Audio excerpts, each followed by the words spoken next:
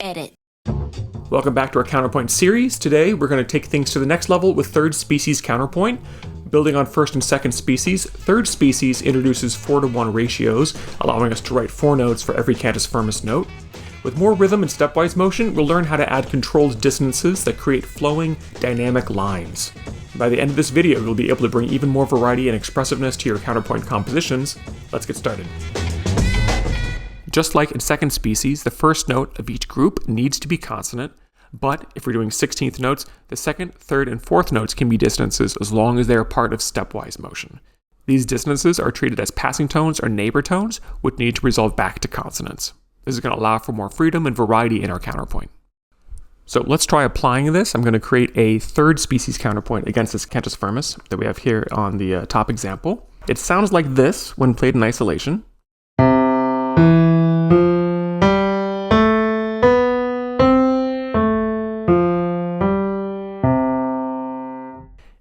And if we're going to begin with the same process that we had before, I'm kind of imagining if we were doing tonic, subdominant, perhaps tonic.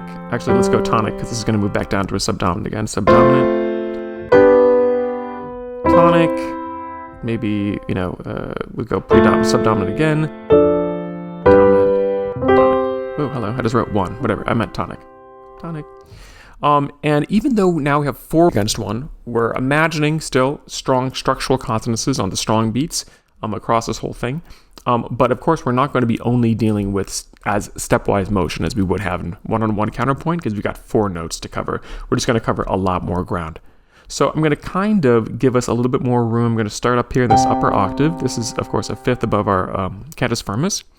And I'm going to kind of imagine this like structurally a second voice counterpoint, and I'll fill this in with passing tones and neighbor tones.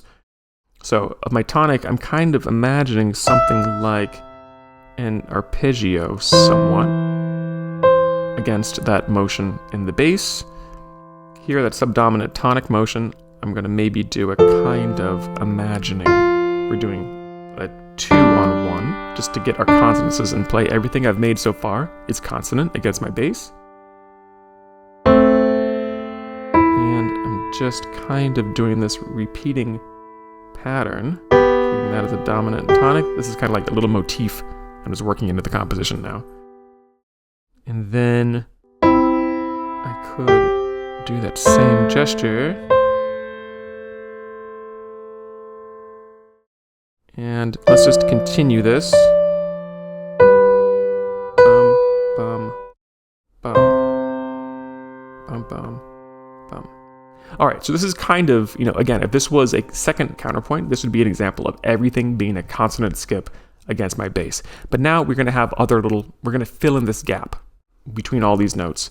So let's create passing motion in this introductory gesture.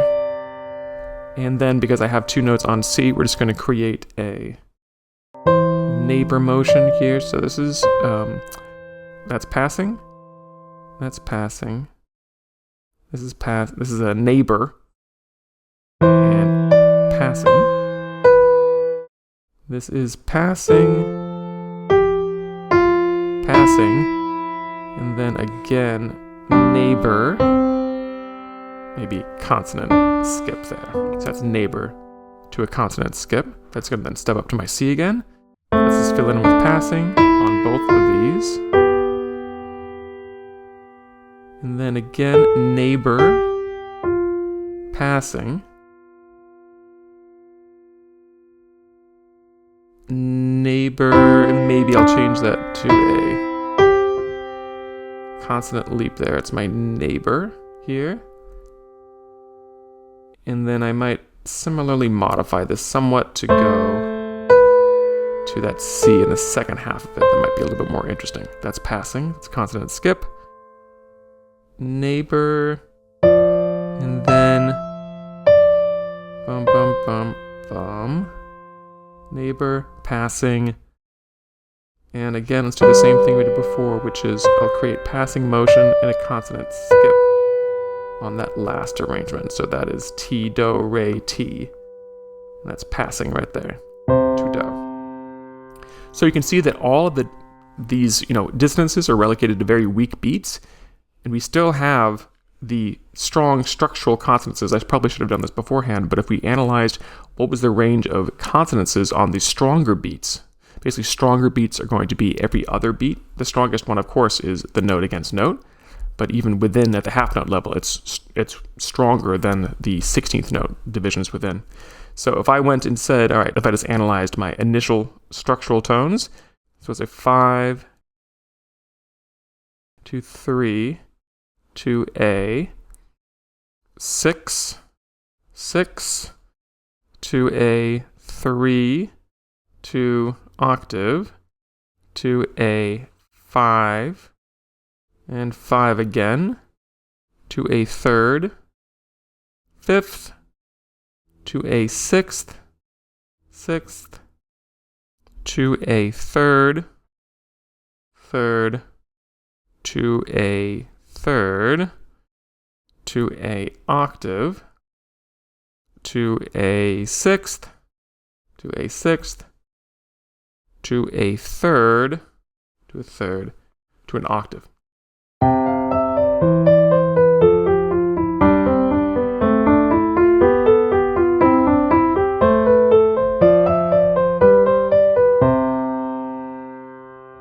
So notice that we have a lot more use of perfect fifths and octaves mid-phrase, but these are relegated to rather weak spots in the overall progression of things. These are not nearly as noticeable. It still seems like we're relegating the perfect consonances to the ends, and we're leaning much more heavily on imperfect consonances in the middle, not making a big deal out of the fact that every so often we have a perfect consonance here in the middle. See if we're able to do the same thing on the bottom example. Pause the video, look at the rules over here on our right, and try and compose a bass counterpoint line to this cantus firmus. Here's how this cantus firmus sounds.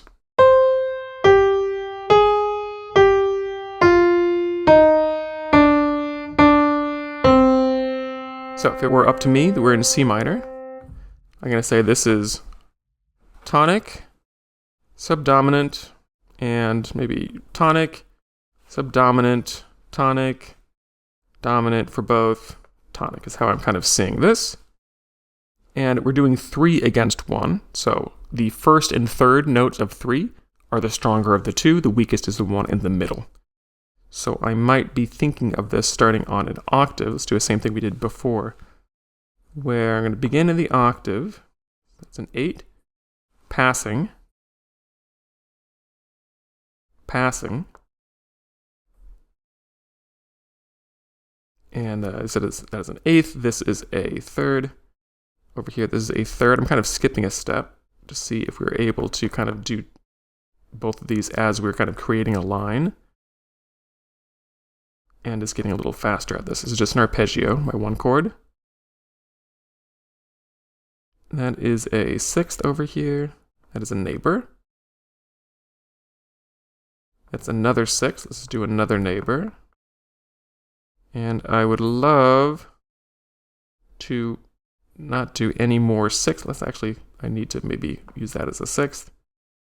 And instead of using another passing, or upper neighbor rather, let's do a lower neighbor. That's a 6th. Here is a 5th. I'm going to raise the leading tone. So I approach that ultimately by contrary motion.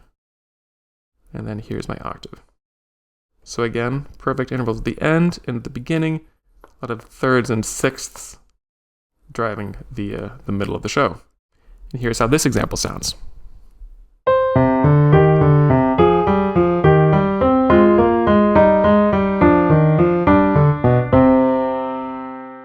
You'll see that in third species, we have a little more space to develop melodic motion, and it allows for more rhythmic flow compared to second species. However, we still need to be mindful of the rules: consonances on strong beats, dissonances that resolve properly, and no parallel perfect intervals.